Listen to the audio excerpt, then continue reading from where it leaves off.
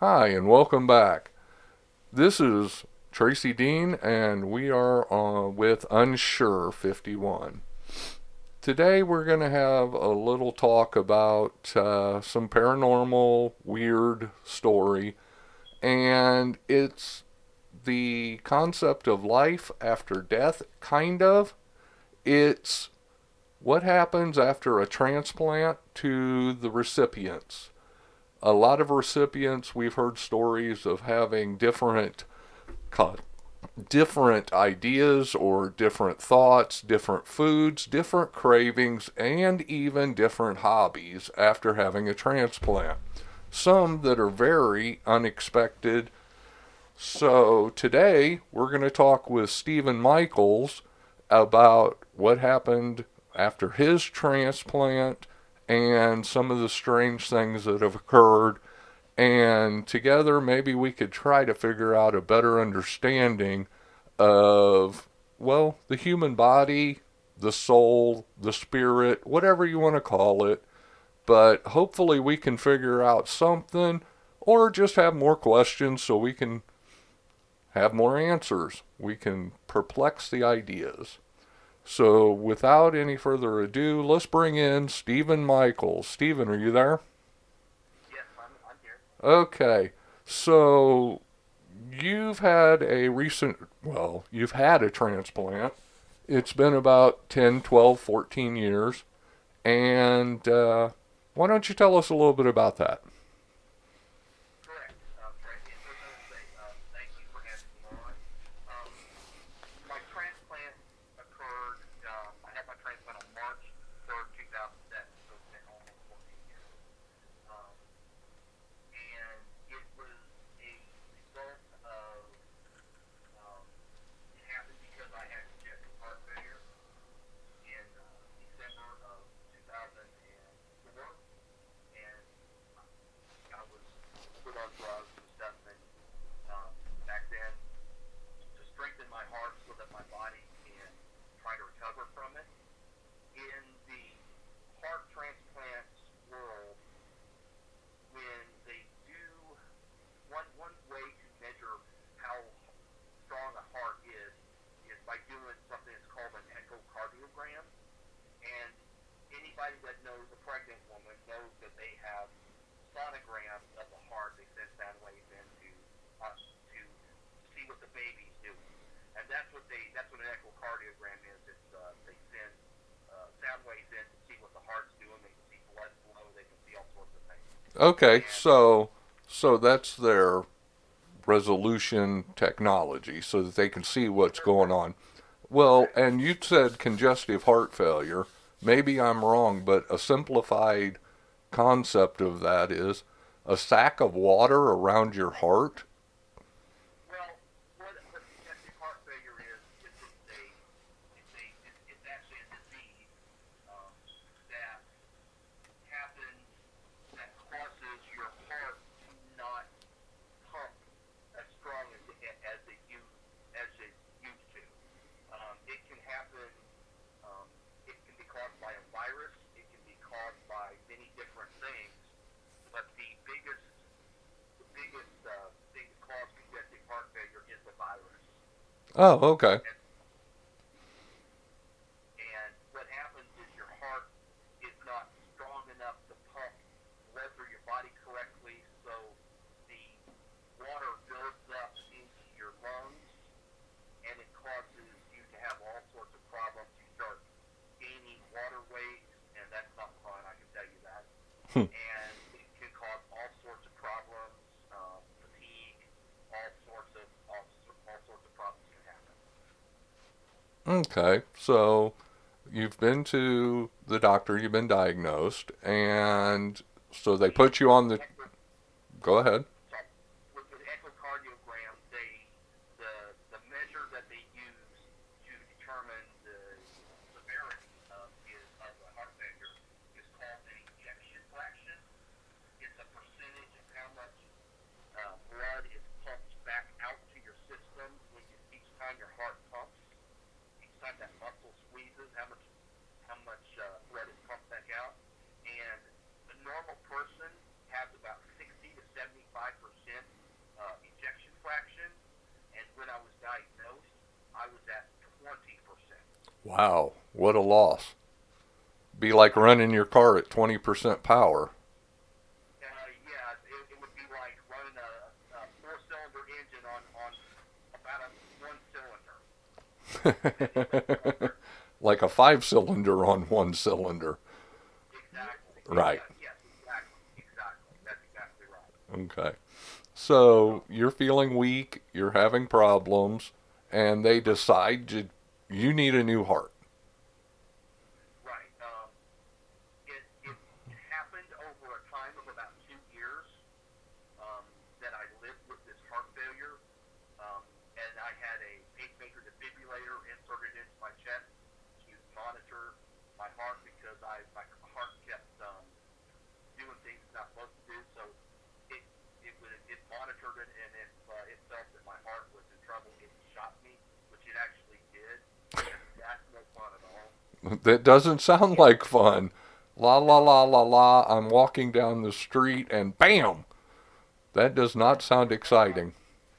correct. It was more like la la la la la. I'm mowing the yard on Labor Day 2005, and I get shot 7 times in 2 minutes. Oh, No that's fun. that's worse. Yeah, standing up. I was standing up the whole time.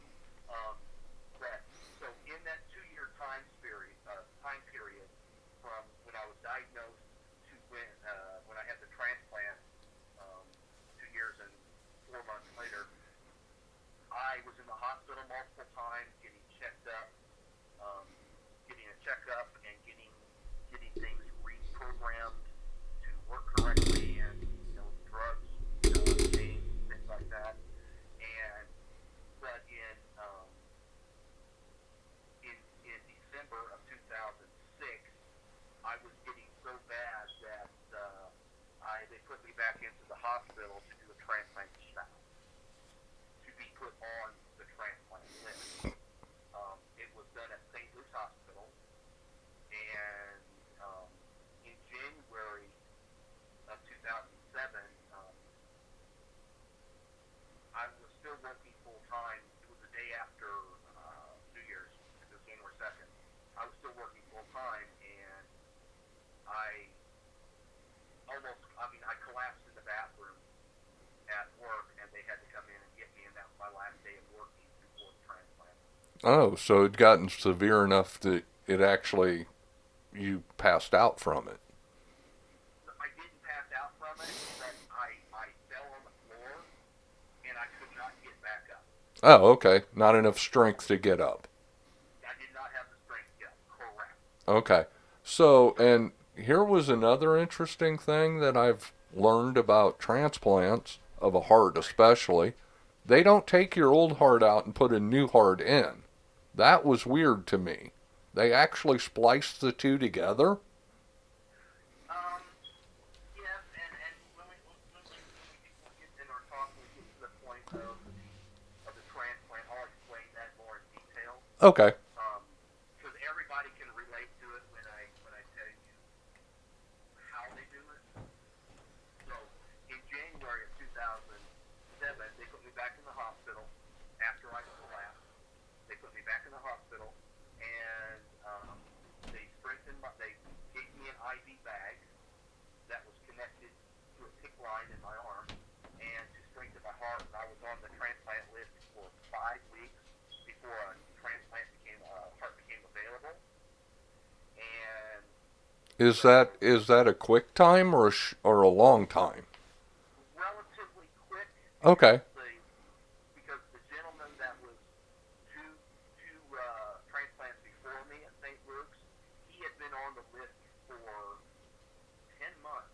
Oh, okay. So, well, and that's what I want people to understand is that if you're up for a transplant, it's not, oh, you need a new lung and 3 days later you're in surgery scheduled. Right.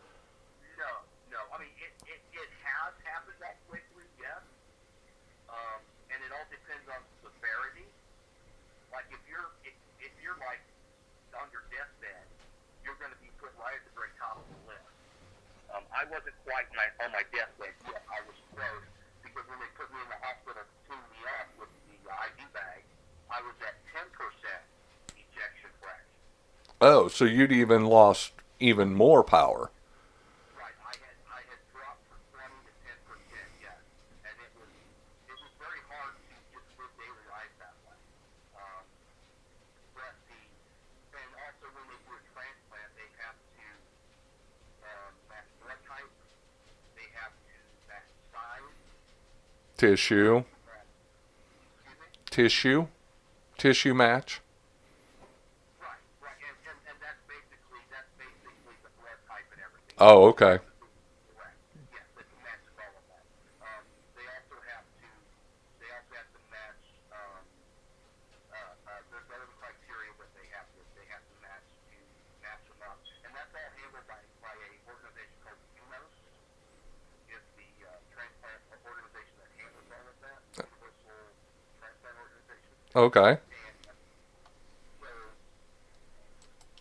So after 5 weeks, I had gone into the hospital to get another checkup. They were going to adjust my drugs again. They were going to put me in the hospital. And when I was in the room waiting for the transplant coordinator to come in and talk to me, a heart became available at that moment, and they came in and surprised me with it.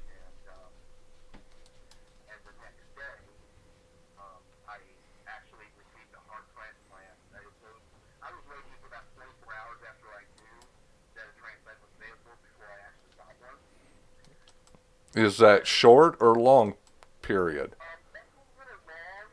That's a little long because whenever they do,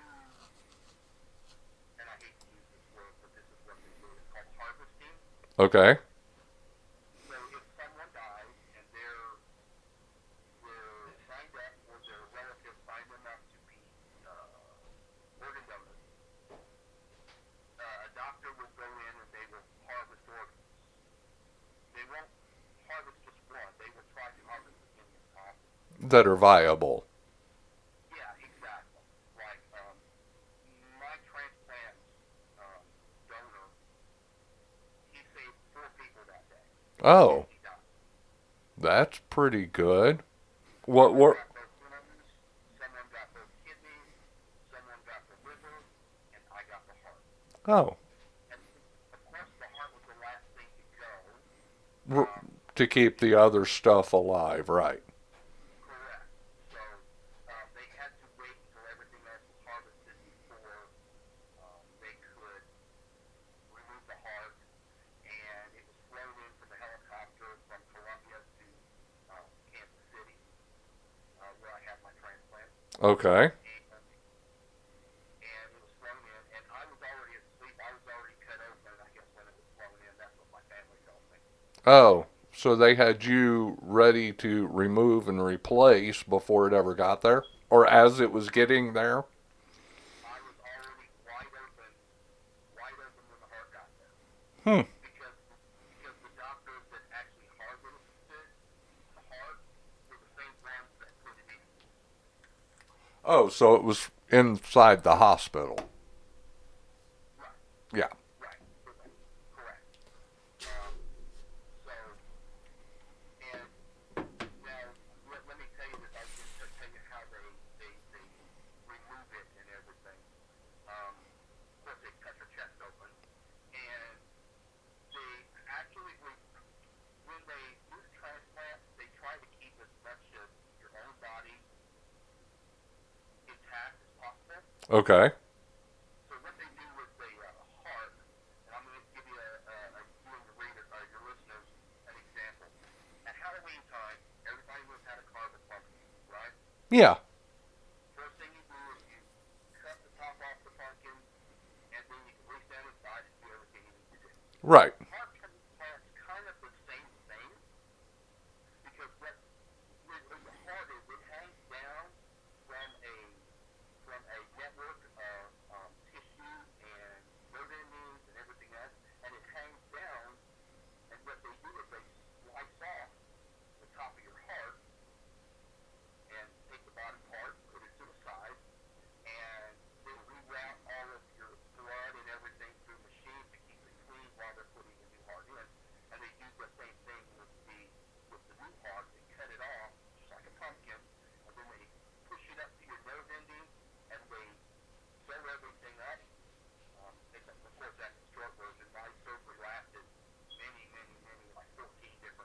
Right. Um, and so they connect it up there, and then they flick it with their finger to get it started, and it either starts or it doesn't. Sometimes they have to use electricity to get it started. Of course, I was asleep during the whole time. I don't remember anything about the transplant. From when I went to the hospital, when I went to the operating bed to when I went to the ICU, I don't remember a thing in between. Okay. And that was another ponderance I had was there actually anything that occurred during the surgery? So nothing occurred during the surgery. Everything was normal, Right. and you're out of surgery. How are you feeling? Are you feeling better? It's a dramatic change because when they announced that I was having that the heart was available, they did another echocardiogram on me. And remember, in January 2007, I was at 10%. Right. On March 2nd, when the heart became available, they did another echocardiogram, and I was at 7%. Oh. So it was it, and this is what I tell people when they ask how dramatic it is. It's like they have this big switch on the wall, and it says Stevens prop, and the switch is on, like a light switch. The switch is on. After the transplant, it's like they took that switch and just turned it off. Every one of my problems went away. Okay. That's It was that dramatic. And of course, they had me on prednisone, which anybody who's taken prednisone knows, man, you feel strong on prednisone. Um, so I was like strong like a bull, you know. I mean, I was doing good. My skin cleared up. My skin was pink and rosy again. My hair, within 2 days, was back to being jet black instead of a bluish gray. Other parts of my body started working again. I mean, all the parts of my body started working again, thank God. Um, and it was very dramatic, and I felt really good. okay. So let's okay, so that's how we got to the surgery. Let's take a minute real quick to mention some organizations that are helpful in that process. And one of them is Donate Life America.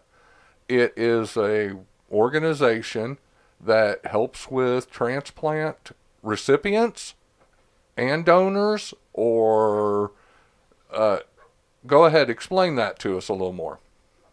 Living Life America is an organization that that they partner with companies and hospitals around the country to promote donating of organs, heart, lung, liver, eyes, um, tissue donation, bone marrow, all sorts of different stuff. And they have rallies, and they have refrigerator magnets and bumper stickers. You name it. Believe me, I actually, when I've been driving down the road these past 14 years, I've actually seen people with donate life stickers on their cars, which really makes me feel good. Okay, so, but before we go too far, you're not affiliated with this organization, you just No, support it. not in any way, not in any way. But you're just very supportive of this organization. Right, and on their website, you can Their actually register to become a donor. and their website is The www.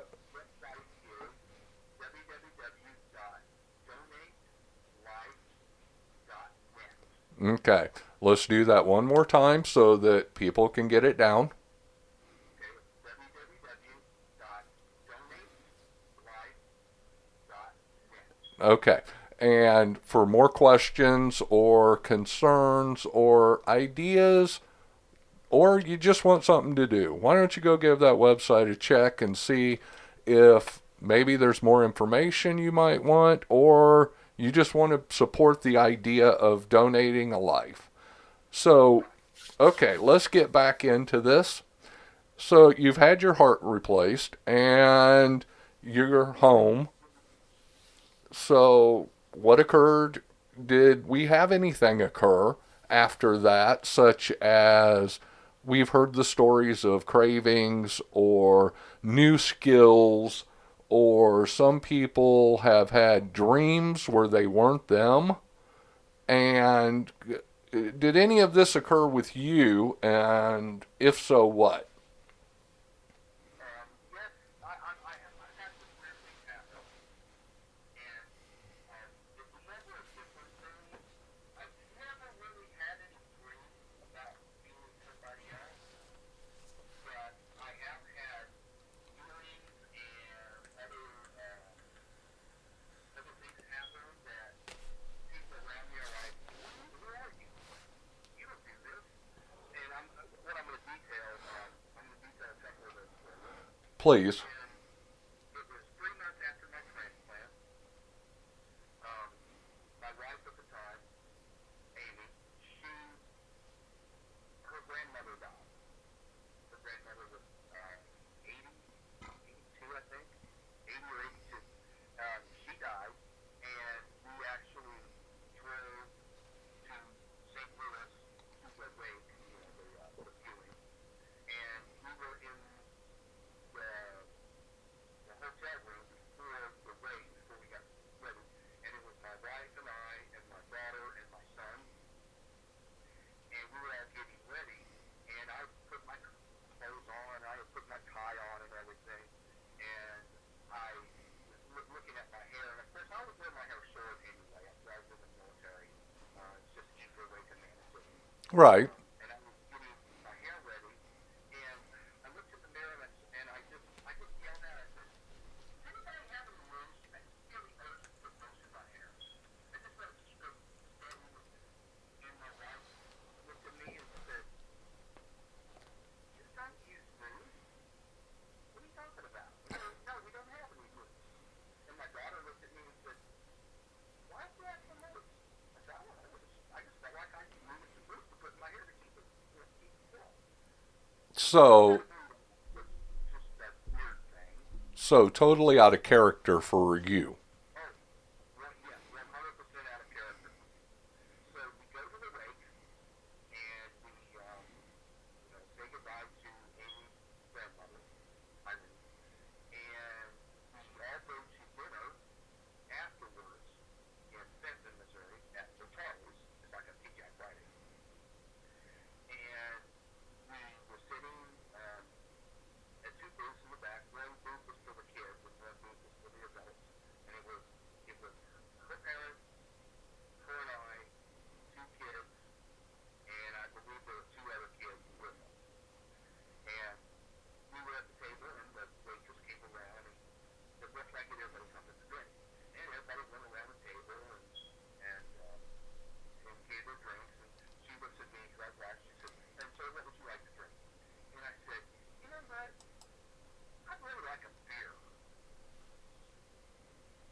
And my wife looked at me and said, "Who the hell are you? You don't drink." And I kind of shook my head to kind of shake it off. I said, "Yeah, you're right. I don't drink. I'll have a Diet Coke, please." Now, you have to understand, I've never drank in my life. My father was an alcoholic. I stayed away from it. And me asking for a beer it was just weird. It was just out of, left field. But it came out of your mouth before you thought about what you were saying. Right, exactly. And this was after I had the transplant. And I didn't know who my donor was or anything at that point. So that happened.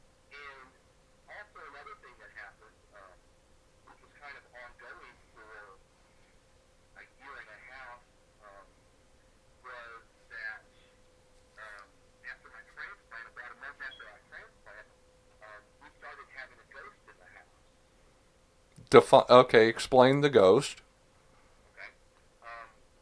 We lived in a house that was over 100 years old, and my son-in-law, we had our computers side by side in the dining room, but there was a bookshelf and a doorway between us. And one day we were both on our computers playing a game or whatever, and all of a sudden the flip flies off the bookshelf and hits the floor. Okay, hang on. Before you flies off, did it just land in front of the bookshelf? Did it go 3 feet? Did it go across the flies off? Describe that a It little was better. it was like someone pushed it off. It was about 2 or 3 feet away from the bookshelf on the floor. Okay, so more so than just it was tottering on the edge and fell. Yeah, it was more than that. Okay, so it was a statement. Right. Okay. We didn't do anything of it. My son and I. Who his name is Michael as well. Um, but I reached over. I said, "Did you knock that book off?" And he goes, "I don't think so." And so I reached over. I took the book and I put it back on the shelf, securely. And about 15 or 20 minutes later, all of a sudden, that same book flies off the shelf again, maybe 2 or 3 feet in front of the bookshelf. And I'm thinking, what's that? What is going on here? And it was the same book. I don't remember what book it was, but it was enough that I thought, what's going on here? So I just, spontaneously said, okay, we know you're here. We recognize that you're here. Let us alone. Blah blah blah. Okay, hang on. Whoa. Let's not bypass this. So, okay, something weird's going on in your house where you'd lived for quite a while, Right. and you didn't feel uncomfortable or scared, or it was just, okay, something weird's going on and it's not me or my family. So it wasn't an uncomfortable feeling. It wasn't a poltergeist type of spirit. We didn't feel nervous or scared or anything. And I just recognized it as, okay, we know you're here. Okay, so it's like something's happening, don't know what, but it's not bad, so why worry? Right, correct. Okay, so Okay, so, this continues. right, it continued on. Um, this, throwing that same, it was the same book every time it would be thrown off the shelf. It was exactly the same book, and I don't even remember what book it was. Okay, I was going to say, I'd be remiss if I didn't ask, what was the name of the book?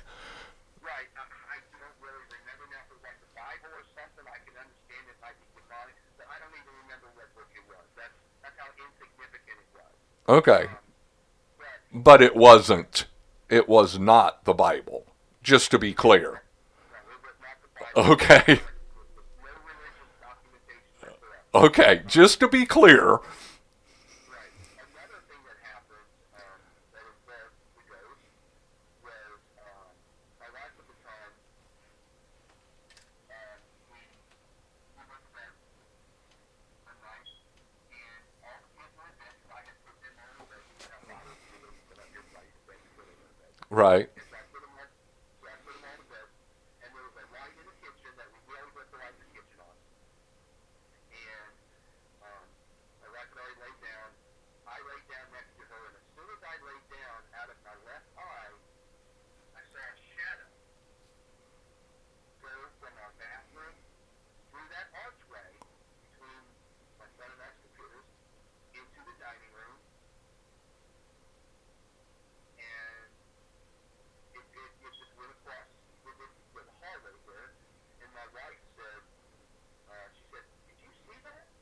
And I said, "Yeah, that was a shadow, wasn't it?"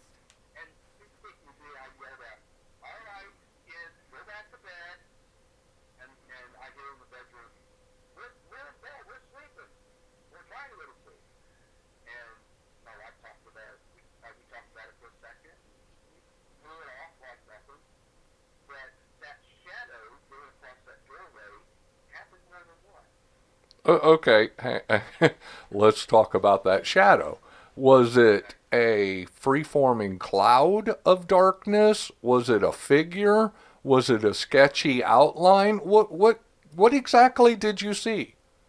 It was like someone just walked from the bathroom to the dining room, and it was a figure, but it was a dark figure. It wasn't, and we didn't feel anything. We didn't feel like dread or something like that from a dark figure being present.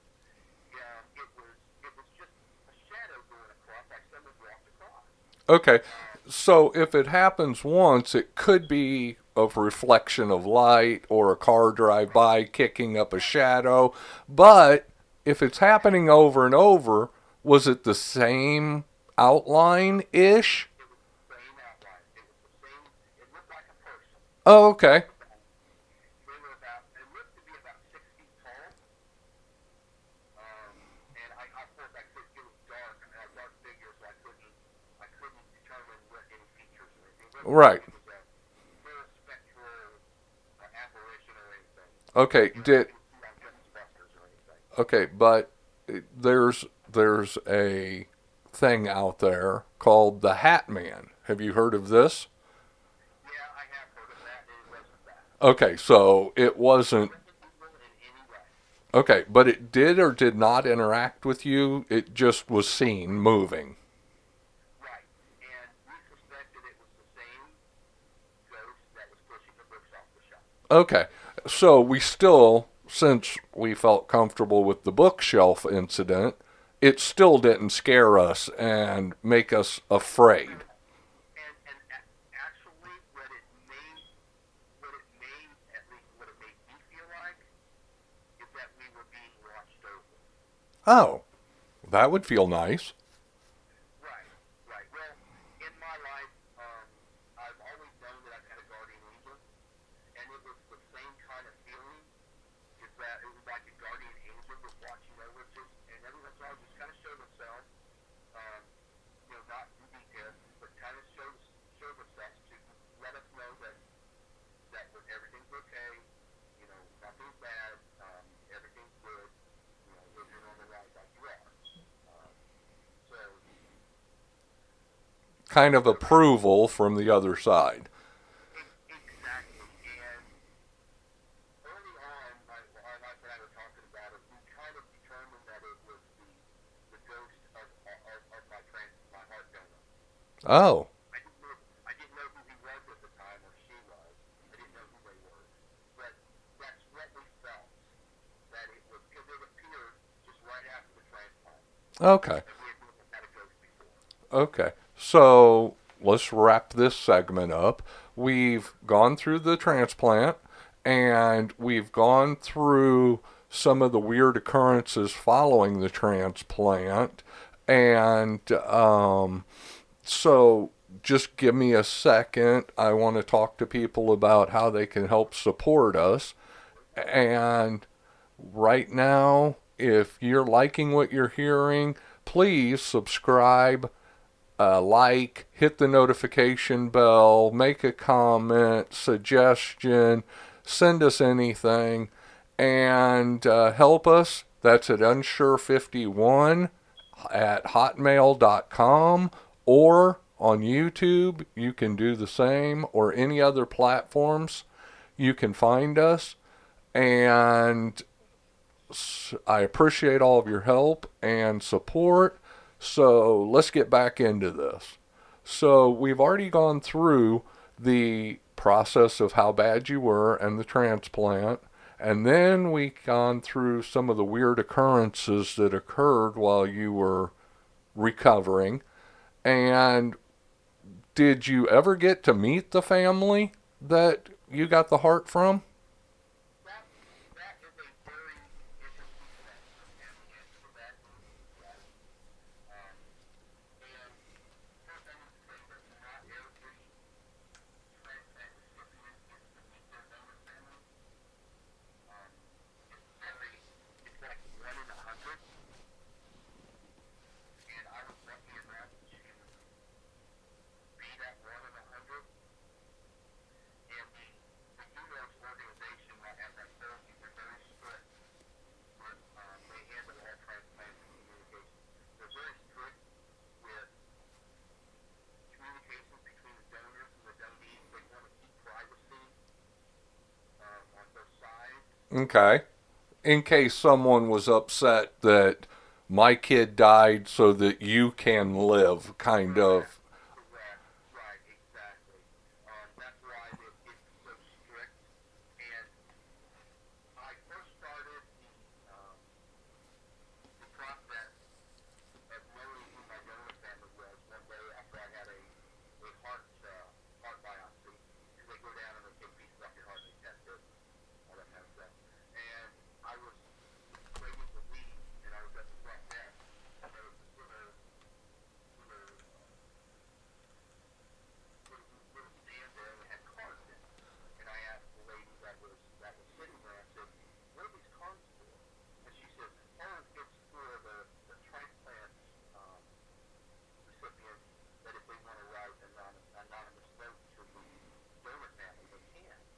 Oh. And I looked at her and I said, I looked at her and I said, well, I'd like to do that.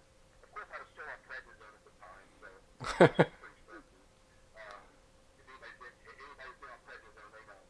Um, so I got the card. She said, you cannot say your name. You cannot tell a date or anything. Simple message. I'll read it. If it's not good, I'll have to do it again. Oh, okay. But it was very, very strict. So in my shaky handwriting, I wrote, thank you so much for the wonderful gift of life. I didn't sign it, didn't put my name, nothing. And I showed that to her and she said, that's great. Now how she could read it, I don't know because my hand was shaking so much. Um, so they sent that off to the different organizations in between the recipient and the donor family. And after my recovery, I had gone back to work full time, and it was January of 2008, 9 months later, when I got a call at work that there was a letter at St. Luke's for me, and I asked them to come by and get the letter.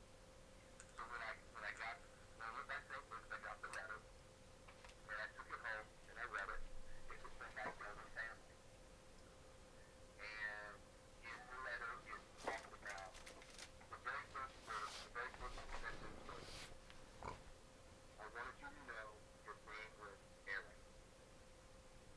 Okay, so I'm assuming that since this is such a guarded thing, they had people on both ends approving what was sent back and forth. Correct. Correct. Okay. It was very strict. Right.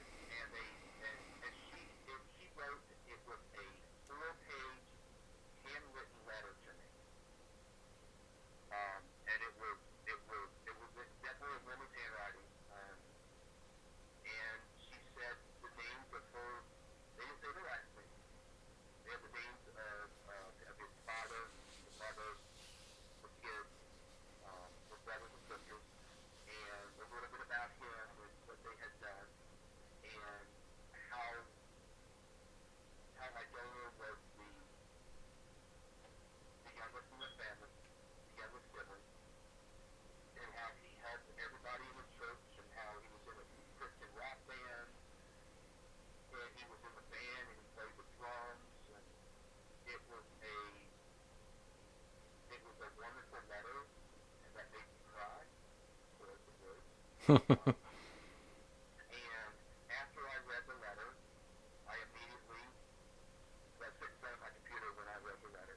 I immediately got on the computer and typed out a response letter back to her. Of course, I had to type it because my hands still weren't very steady. I wanted her to be able to read it. Um, so I sent it back, and long story short, um, I got a call from St. Luke's again, and they wanted to know if I would like to communicate with the donor family directly instead of going through the whole process. Okay, so they were giving you authorization to go direct by their request, I'm guessing? Or, By the donor family's request. okay, so they were trying to get you outside of the system so that they could communicate freely with you. More freely, exactly. Okay. And both sides had to sign paperwork um, stating that. Basically absolving the organization from any If there was liabilities. right, if there Okay. was assault or something, and yeah, exactly. I get Okay. what you're saying. Okay, before we go too far, let's mention www.donatelife.net one more time so that if this is interesting, maybe you could go there and check it out, maybe give them a donation. Neither the guest or I have any affiliation with it. We just think it's a cool organization that you might find interesting yourself. So you sign all the paperwork and you free the middleman from any liability so that you can get direct information from the donor's family. And so you sent them a letter Right, and it said, right.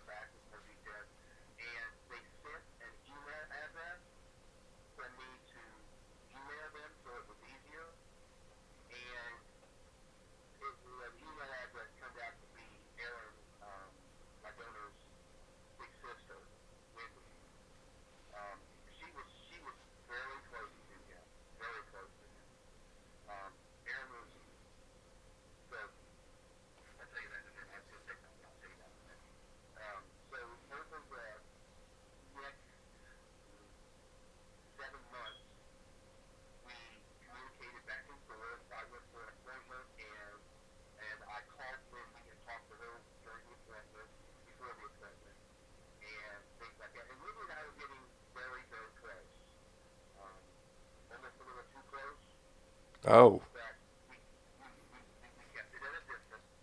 And so we agreed to meet in the middle of where both families lived in okay. Colombia. Okay, hang on.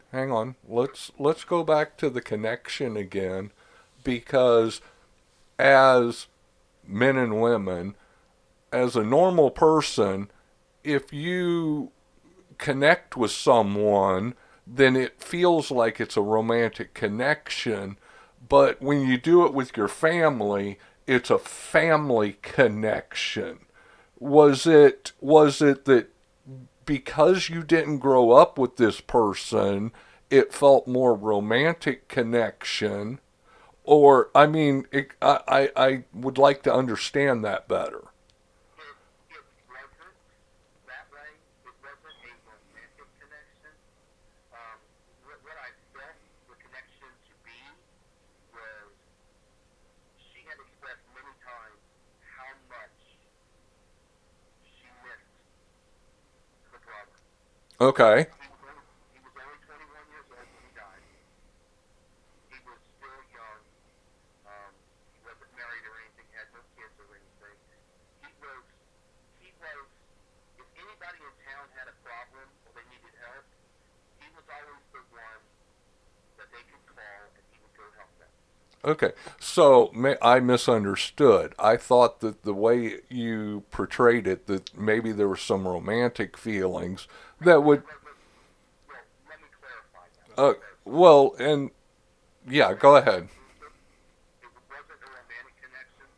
It was a it was the love of a brother and a sister, and it felt almost at times like she was getting a little too close. Okay, And don't get me wrong, I felt close to her too. well, okay, but that's where I was going on.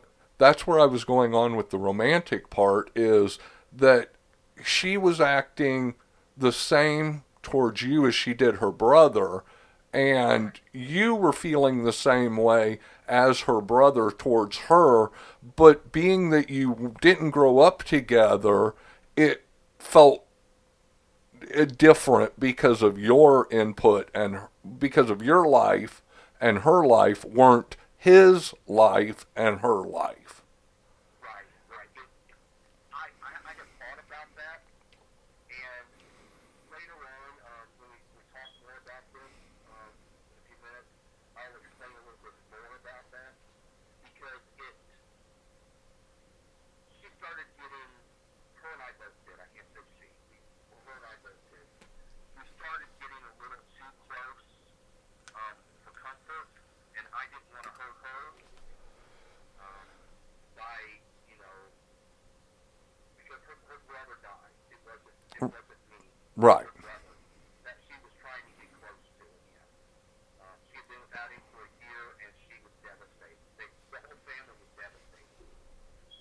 Um, so that's the way the feelings were, and we were getting very very close. So we met in Colombia that October. That 7 months afterwards, we met in Colombia. His family and my family we met in the middle at a mall, at the food court in the mall, and it was like we had always known each other. The family, it was like old homies. Instant And comfort. yes, yes, we weren't scared, we weren't afraid. It was a good feeling. Um, After the meeting and everything, we had lunch at Ruby Tuesdays, and then after that, we both separated and went our back to our towns, our homes, and we still do continue to communicate back and forth. And it was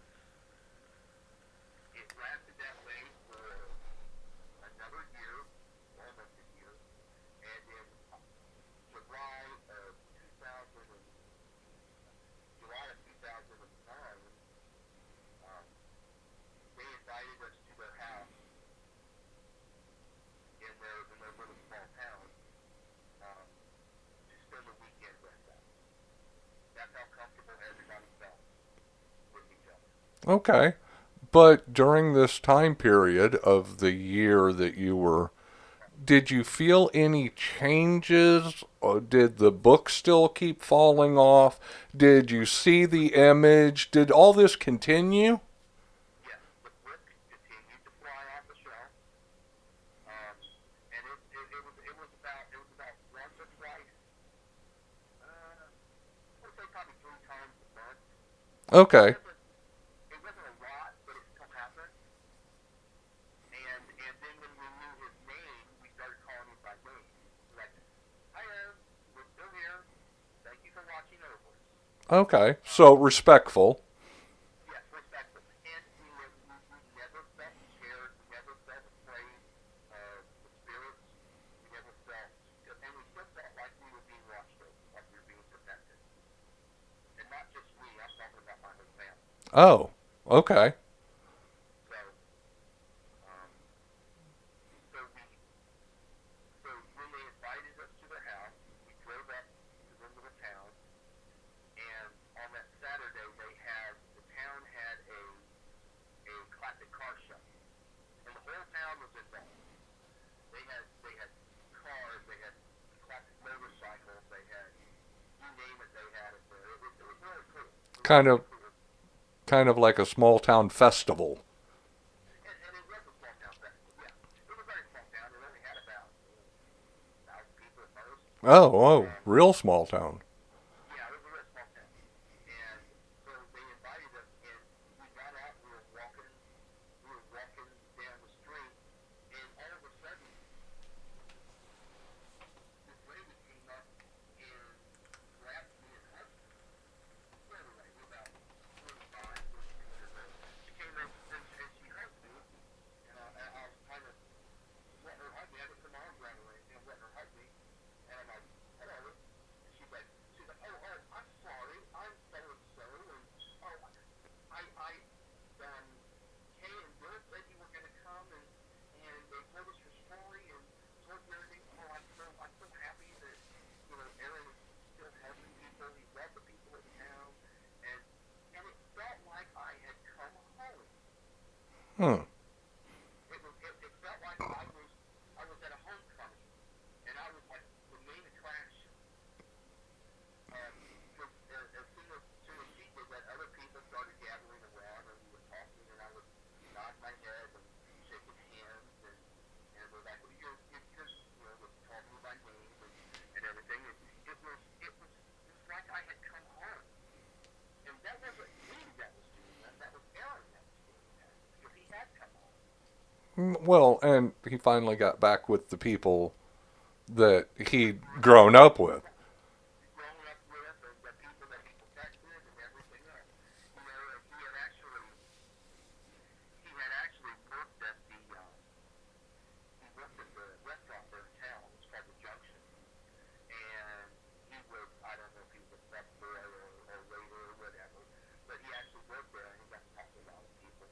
And after we went up to their house and everything, we went to eat that night at the Junction. And again, it was like I was back home. People were coming up and shaking my hand and talking about him and talking about how great of a person he was and how they're so happy to see us and that Aaron was on, which he still does live on in my heart and today. And so I needed to pick up a wash rag an oil pad and start working again. When I was there at the Junction, because that's what we did. We worked there. So Okay. It, as I hear your story, I think back and I'm like, I have all these questions that, okay, so how did you feel and how did you think and what were, but I keep forgetting that you were in the moment, not examining the moment. right, So you were just living life, and now after the effect, we're trying to decipher stuff from it and see if there's right, something there. right. We were trying to analyze Right, different right. aspects of it. That's why I keep trying to go back and I'm like, how was this and what about that? Really, And really, you're no, me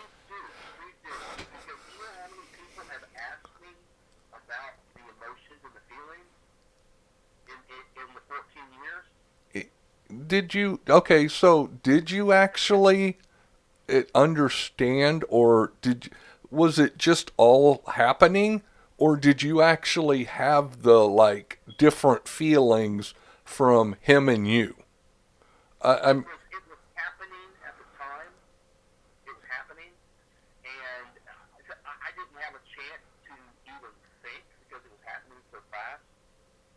The whole the whole idea of being up there in his hometown and visiting his childhood house and then visiting his house that he lived in just a year and a half earlier. Um, when I was up at his house, I got to ride in his truck. I got to sign his drum set. oh, Yeah, I actually signed his drum set. that It was a drum set that had flames on it. that's actually kind of cool. It is. It really was cool. Um, I, you know, I got to hug his mom and dad, and his sister and his brother, and play with his, nieces and nephews, and I actually on our way out before we were leaving town on that Sunday, I got to visit his gravesite. How did that feel?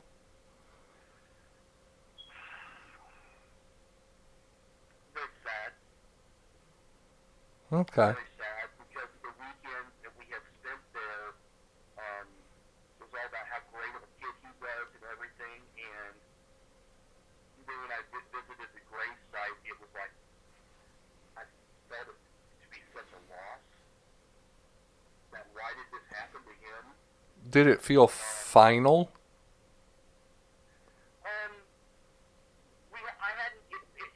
Yes and no. I hadn't hit closure yet. Okay. And I'll tell you, one last event after I tell you this one, that did feel like closure.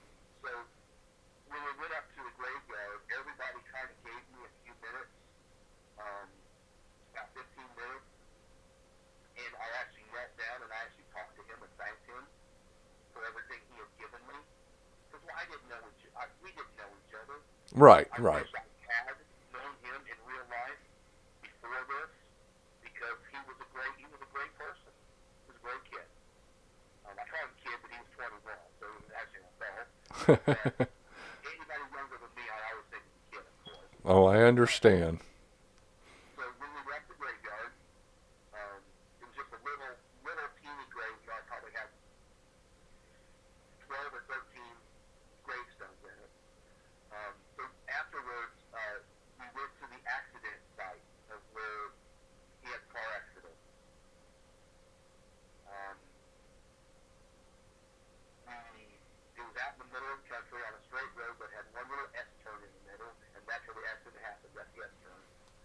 And when we got out, it was his mom, his dad, his niece, his sister, my wife, myself, my daughter, and my son.